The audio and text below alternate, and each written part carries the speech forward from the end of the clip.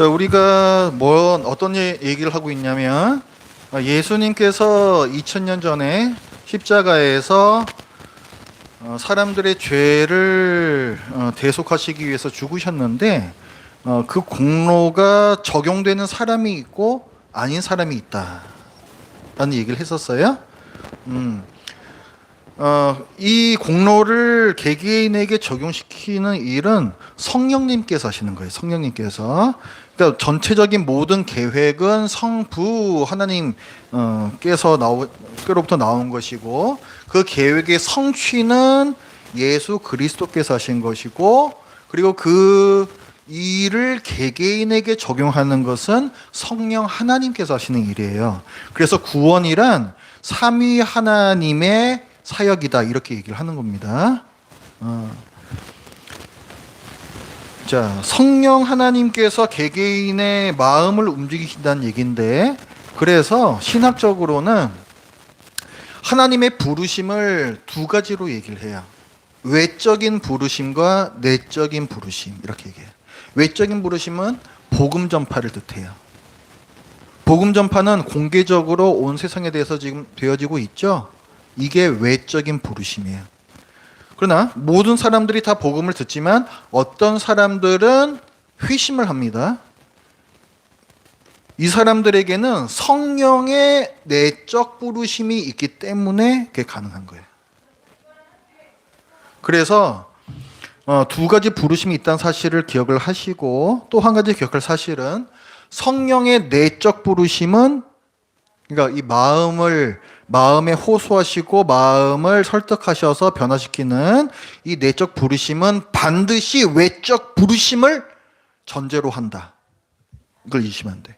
무슨 말이냐면, 복음을 모르는데 직통계시로 혹은 그냥 마음의 그런 감정으로 예수 그리스도를 믿고 하나님을 믿게 되었다라는 일은 없다는 것입니다. 복음을 들음이 없이 하나님을 믿는, 예수 그리스도를 믿는 일은 없다는 얘기예요. 복음을 믿음은 들음에서 나는 거예요. 항상 믿음은 항상 들음에서 나는 거예요. 그게 성경이 증거하는 거예요. 그렇기 때문에 복음을 전하러 가는 자의 발이 아름답다라고 말씀하는 거죠. 그러니까 뭔가 좀 영험해 보이고 싶어하는, 영적인 고수로 보이고 싶어하는 그런 교만한 마음이 있는 분들이 계세요. 그분들이 말씀을 경시하고 하나님의 직통계시를 갖다가 운운하는데 속지 마시기 바랍니다. 하나님은 그렇게 일하지 않으세요. 하나님께서는 말씀을 통해 일하시고, 성령님께서도 마찬가지예요. 성령님은 항상 말씀을 통해서 역사하셔요. 그게 질서예요. 아주 예외적인 경우는 있어요. 아주 예외적인 경우. 그러나 우리는 평범한 사람들이고 평범한 방법으로 일하세요. 그럴 가능성이 99%예요. 사도 바울과 같이 순교할 사람들, 이 제자들처럼 순교할 사람들, 내가 만약에 나 순교할 사람이라고 생각하신다면 직통계시 말씀하셔도 돼. 제가 믿어드릴게. 나 대부분은 그렇지 않아요. 저를 포함해서 대부분 그렇지 않아. 하나님은 항상 말씀을 통해서 말씀하세요. 성령님께서는 성경 말씀을 통해서 역사하세요. 그래서 말씀이 중요한 겁니다. 로마서 말씀 같이 읽어볼게요. 시작. 그리스도께서 이방인들을 순종하게 하기 위하여 나를 통하여 역사하신 것 외에는 내가 감히 말하지 아니하노라. 그의 일은 말과 행위로, 표적과 기사의 능력으로, 성령의 능력으로 이루어졌으며, 그리하여 내가 예루살렘으로부터 도로 행하여 일놀이공까지 그리스도의 복음을 편만하게 전하였노라. 여기 보세요. 지금 이방인들이 순종한다 그랬죠? 이방인들이 복음에 순종한다는 얘기예요. 그리스도께 순종한다는 얘기고. 근데 어떻게 역사하시느냐 했으면 밑에 보면 성령의 능력으로 라고 되어 있습니다. 성령의 능력이 근데 뭐냐? 밑에 보면 그리스도의 복음을 편만하게 전함으로 말미암아 역사하신다는 거예요. 복음을 전할 때 표적도 있고 기사도 있고 능력도 있고 성령의 능력도 있고 다 있는 거예요. 그 다음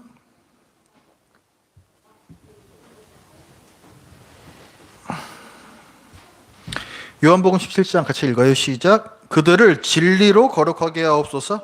아버지의 말씀은 진리니이다. 거룩하게 한다는 거는 구원, 칭의와 성화를 다 포괄하는 말씀이거든요. 근데 뭘로 어떻게 거룩하게 한다고요? 진리로, 말씀으로 하는 거예요. 말씀으로. 말씀으로. 아버지의 말씀, 이 성경 말씀이 진리예요.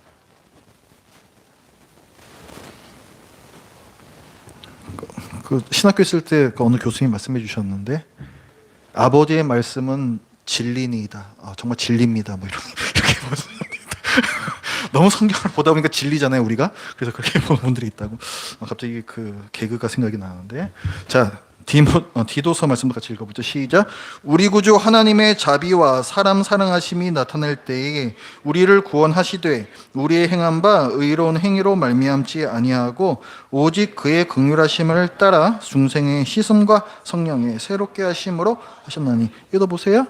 하나님께서 우리를 사랑하셔서 구원하시는데 어떻게 구원하시는가? 우리를 구원하시되 해서 성령의 새롭게 하심으로 하셨다. 그렇죠? 이게 내적 부르심이야. 내적 부르심. 내적 부르심. 그 다음에 웨스트민스터 신앙고백에서도 이렇게 얘기해요. 그의 전능하신 능력과 지혜에 의해 그의 놀랍고 측량할 수 없는 섭리에 가장 맞는 방식들로 그들의 모든 원수들을 물리치신다.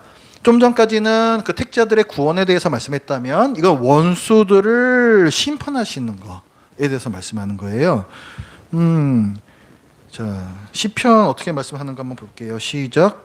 여호와께서 내 주께 말씀하시기를 내가 네 원수들로 네 발판이 되게 하기까지 너는 내 오른쪽에 앉아 있으라 하셨다. 시편 110편은 굉장히 중요한 시편이에요. 별 3개짜리 시편. 왜냐하면 이 시편 110편은 이게 다윗의 시거든요. 다윗의 시. 근데 여호와께서 내 주께 말씀하시기를 이라고 다윗이 얘기를 한 거예요. 다윗이 이때 왕이거든요. 그러니까 여호와께서 내 주께 할 때 이 주가 누구냐? 이게 메시아인 거예요. 이게 메시아. 근데 여호와께서 예수 그리스도께 뭐라고 말씀하셨는지를 다윗이 환상 중에 봤다는 것입니다. 내가 네 원수들, 예수 그리스도의 원수들로 예수 그리스도의 발판이 되게 하기까지 너는 내 여호와 오른쪽에 앉아 있으라. 우리 사도신경에서도 고백하죠. 하나님 보좌 우편에 앉아 계시고 그 후에 심판하러 오시는 거잖아요. 다 연결되는 말씀이에요. 그래서 이건 메시아에 대한 예언. 다윗은 선지자이기 때문에 이런 예언이 가능한 겁니다. 여기서도 보시면 원수들을 심판한다는 내용이에요. 발판이 되게 한다는 것은 발로 깔아 뭉갠다라는 이런 이미지거든요. 우리의 구원이란 항상 심판을 동반해요.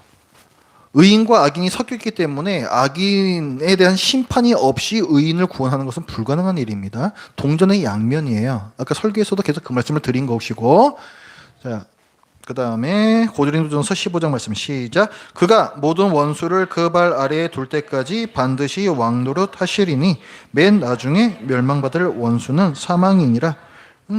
그 시편 110편하고 이어지는 그걸 인용해오는 말씀이에요. 그가 예수 그리스도께서 모든 원수를 그의 발 아래에 둘 때까지 반드시 왕노릇하신다. 우리 예수님께서 하나님 보좌 우편에 앉아 계신다가 무슨 뜻이라고 그랬어요? 하나님께서는 지금 어떤 직분으로? 왕의 직분으로 하늘에서 다스리고 계신다. 우리 다 배웠어요. 그거 말하는 거예요. 반드시 왕노릇 하고 계시죠. 하고 계시단 말이에요. 그러면서 맨 나중에 예수님께서 재림하시게 되면 그때 멸망받을 원수는 사망이니라 이렇게 얘기를 해요. 사망도 이제 없어요. 음부도 없고 음부가 결국 무덤, 사망을 뜻하는 건데 요한계시록 마지막 부분에 보면은 하나님께서 그 사망, 음부 이것까지 다 불유황불에 던지십니다. 그 얘기를 하고 있고요. 우리의 구원에 대한 얘기. 심판, 동전의 양면이다. 말라기 말씀 시작. 내 이름을 경외하는 너희에게는 공의로운 해가 떠올라서 치료하는 광선을 비추리니 너희가 나가서 외양간에서 나온 송아지같이 뛰리라. 또 너희가 악인을 밟을 것이니 그들이 내가 정한 날에 너희 발바닥 밑에 재와 같으리라. 만군의 여호와의 말이니라.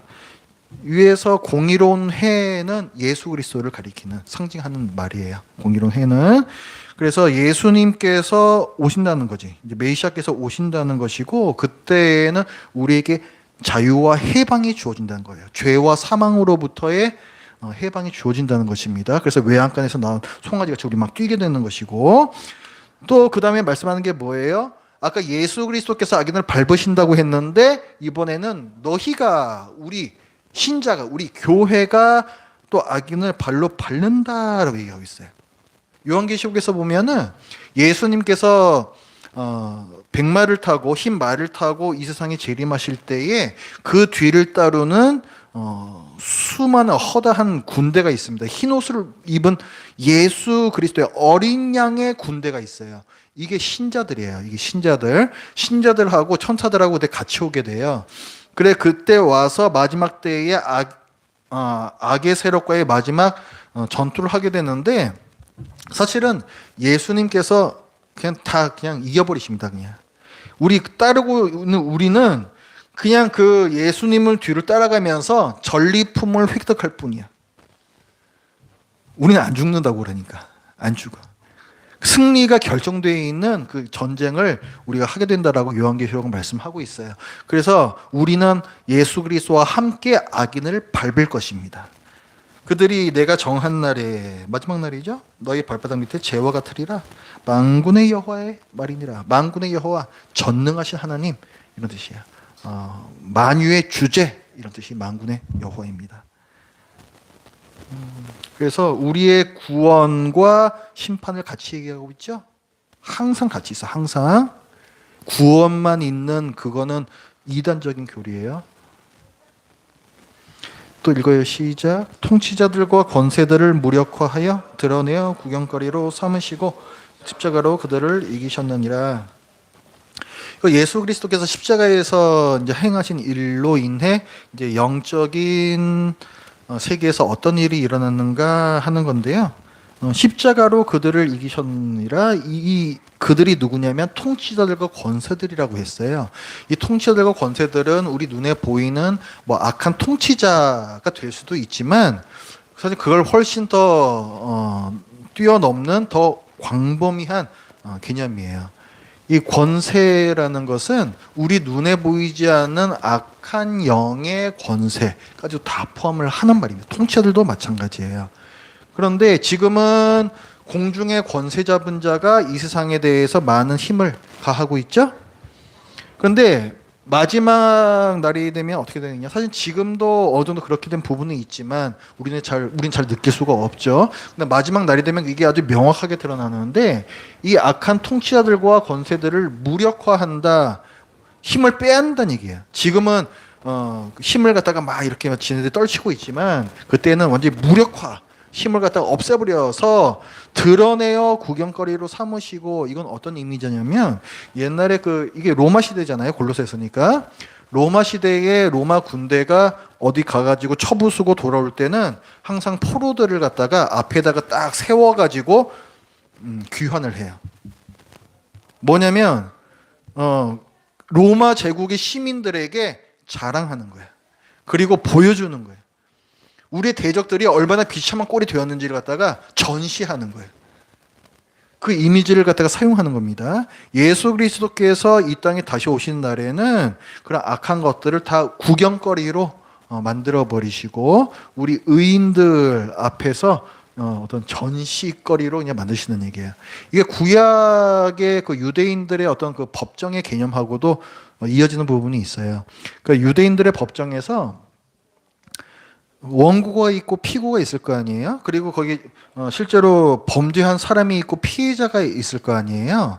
그러면 유대인들은 그 범죄자에 대해서 벌을 할 때 어떻게 하냐면 피해자 앞에서 그 벌을 받게 해요.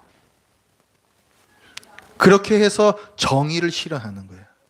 억울하게 피해를 당한 사람의 마음을 풀어준다고요. 그게 유대인의 그 구약 시대의 그 유대인들의 법정이었어요. 이것도 그런 면이 있는 겁니다.